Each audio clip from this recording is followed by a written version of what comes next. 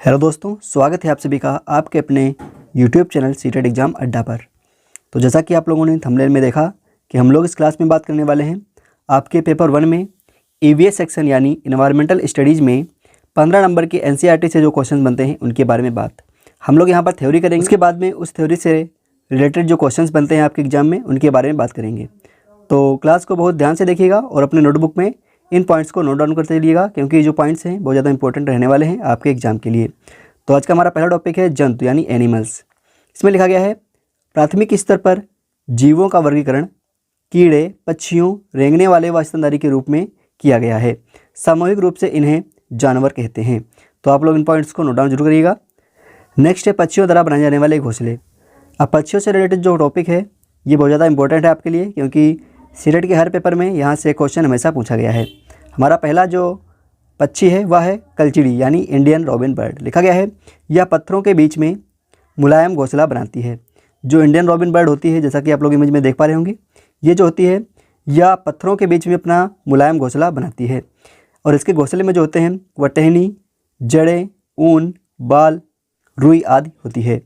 तो आप लोग इसके बारे में ये पॉइंट नोट डाउन कर लीजिएगा कि जो इंडियन रॉबिन बर्ड होती है यानी कलचिड़ी होती है, यह अपना घोंसला पत्थरों के बीच में मुलायम बनाती है। और इसके घोंसले में जो होते हैं टहनी होती हैं, जड़ें होती हैं, ऊन होती है, रुई होती है और बाल होते हैं।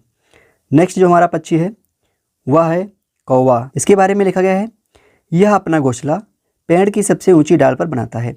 अब जो कौवा होता है उसके घोंसले को आप लोगों ने इतनी जल्दी नहीं देखा होगा, क्योंकि कौवा जो होता है वह अपना घोंसला पेड़ की सबसे ऊंची डाल पर बनाता है और इसके घोंसले में लोहे के तार और टहनियाँ देखने को मिलती हैं।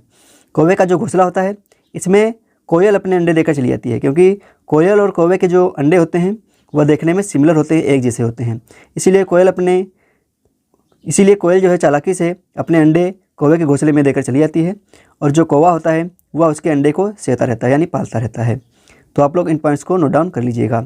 इसके बारे में 3 पॉइंट्स हैं। पहला पॉइंट है कि कौवा जो होता है वह अपना घोंसला पेड़ की सबसे ऊंची डाल बनाता है। दूसरा है कौवे के घोंसले में लोहे के तार और टहनियाँ देखने को मिलती हैं। तीसरा पॉइंट है कौवे के घोंसले में कोयल अपने अंडे देती है। तो आप लोग इन 3 पॉइंट्स को नोट डाउन कर लीजिएगा। नेक्स्ट जो हमारा बर्ड है वह है दर्जिन चिड़िया यानी टेलर बर्ड। जैसा इसका नाम है उसी प्रकार इसका काम भी है। तो इसके बारे में लिखा गया है यह नुकीली चोंच से पत्तों में छेद कर सीकर घोंसला बना लेती है।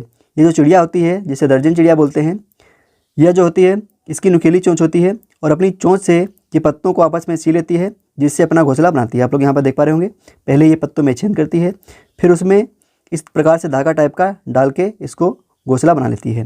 तो इसके बारे में एक ही पॉइंट है, इसको आप लोग नोट डाउन कर लीजिएगा। नेक्स्ट है वीवर पक्षी या वीवर बर्ड।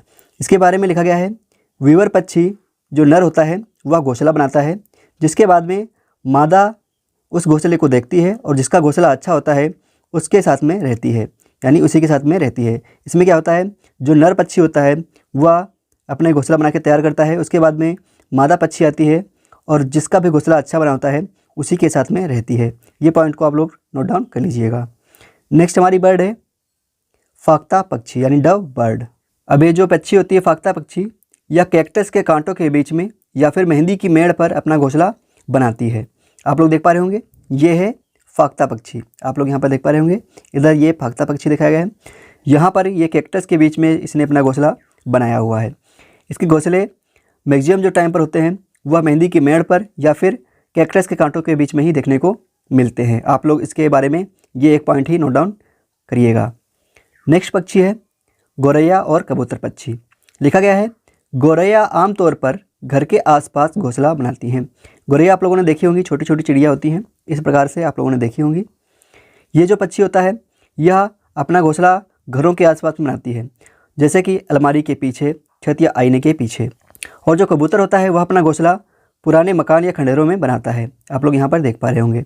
तो इन पक्षियों के बारे में ये 2 पॉइंट्स हैं, आप लोग इनको नोट डाउन कर लीजिएगा अपनी नोटबुक में। नेक्स्ट पक्षी है बसंत गौरी पक्षी। इसके बारे में लिखा गया है पेड़ के तनों में गहरा छेद बनाकर अंडे देती है।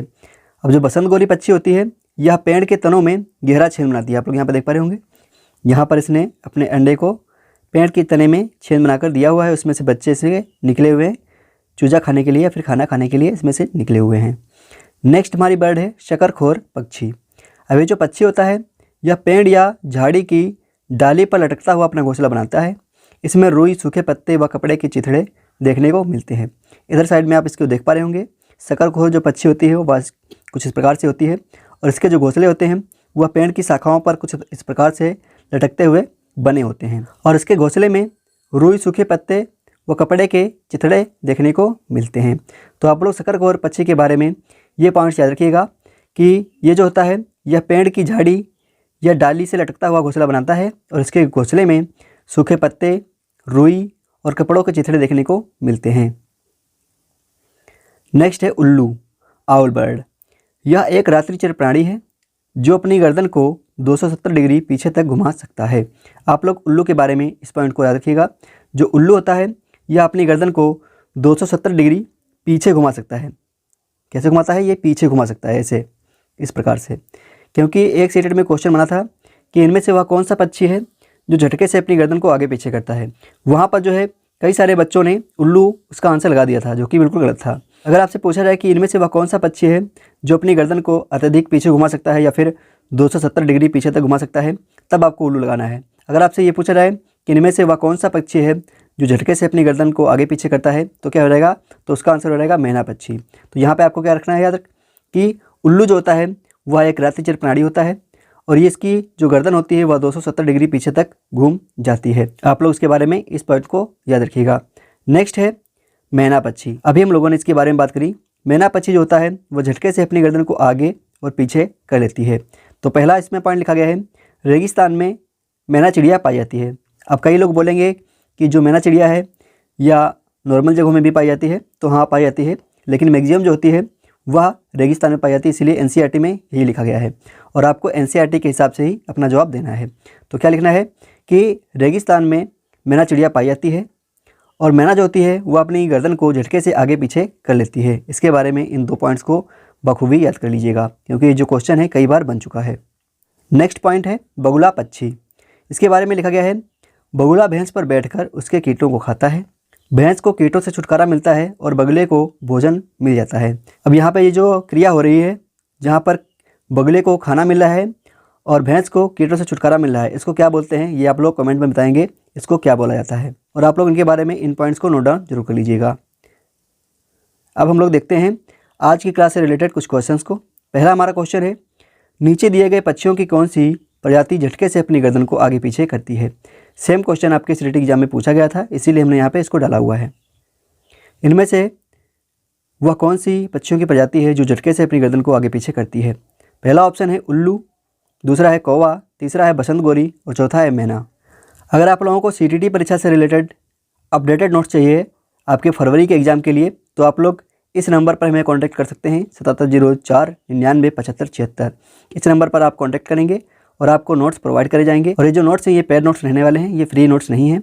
अगर आप लोग चाहें तो इनको बाई कर सकते हैं। बहुत ही बेहतरीन तरीके से नोट्स बनाए गए हैं आपके फरवरी के एग्ज़ाम को ध्यान में रखते हुए। तो इसका आंसर क्या हो जाएगा? सभी को पता है क्या हो जाएगा? मैना पक्षी। इसका ऑप्शन नंबर 4 बिल्कुल सही है। नेक्स्ट क्वेश्चन है क्वेश्चन नंबर 2, निम्नलिखित पक्षियों में से कौन काफ़ी हद तक अपनी गर्दन को पीछे तक घुमा सकता है? अभी हम लोगों ने इसके बारे में बात करी, क्या हो जाएगा? उल्लू हो जाएगा। उल्लू जो होता है वह अपनी गर्दन को काफ़ी हद तक पीछे घुमा सकता है। तो इसका आंसर नंबर 2 बिल्कुल सही है। नेक्स्ट क्वेश्चन है क्वेश्चन नंबर 3, निम्नलिखित पक्षियों में से कौन सा पक्षी मरे हुए जानवरों को खाकर पर्यावरण को स्वच्छ रखता है? ऑप्शन नंबर फर्स्ट है गिद्ध, सेकेंड है चील, थर्ड है कौवा और फोर्थ है मैना। चलिए क्वेश्चन नंबर 3 का आंसर दीजिए।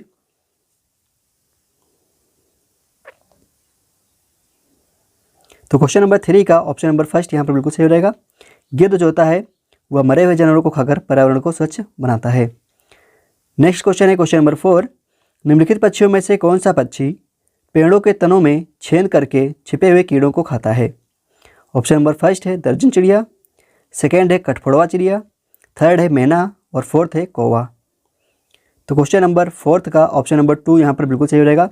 कठफोड़वा जो चिड़िया होती है वह पेड़ के तनों में छेद करके उसमें छुपे हुए कीड़े खाती है और उन्हीं में अपने अंडे को भी देती है। नेक्स्ट क्वेश्चन है क्वेश्चन नंबर 5, निम्नलिखित पक्षियों में से कौन सा पक्षी पत्तों को सीकर अपना घोंसला बनाता है? ऑप्शन नंबर फर्स्ट है दर्जन चिड़िया, सेकेंड है कठफोड़वा चिड़िया, थर्ड है मैना और फोर्थ है कौवा। चलिए क्वेश्चन नंबर 5 का आंसर दीजिए। निम्नलिखित पक्षियों में से कौन सा पक्षी पत्तों को सीकर अपना घोंसला बनाता है?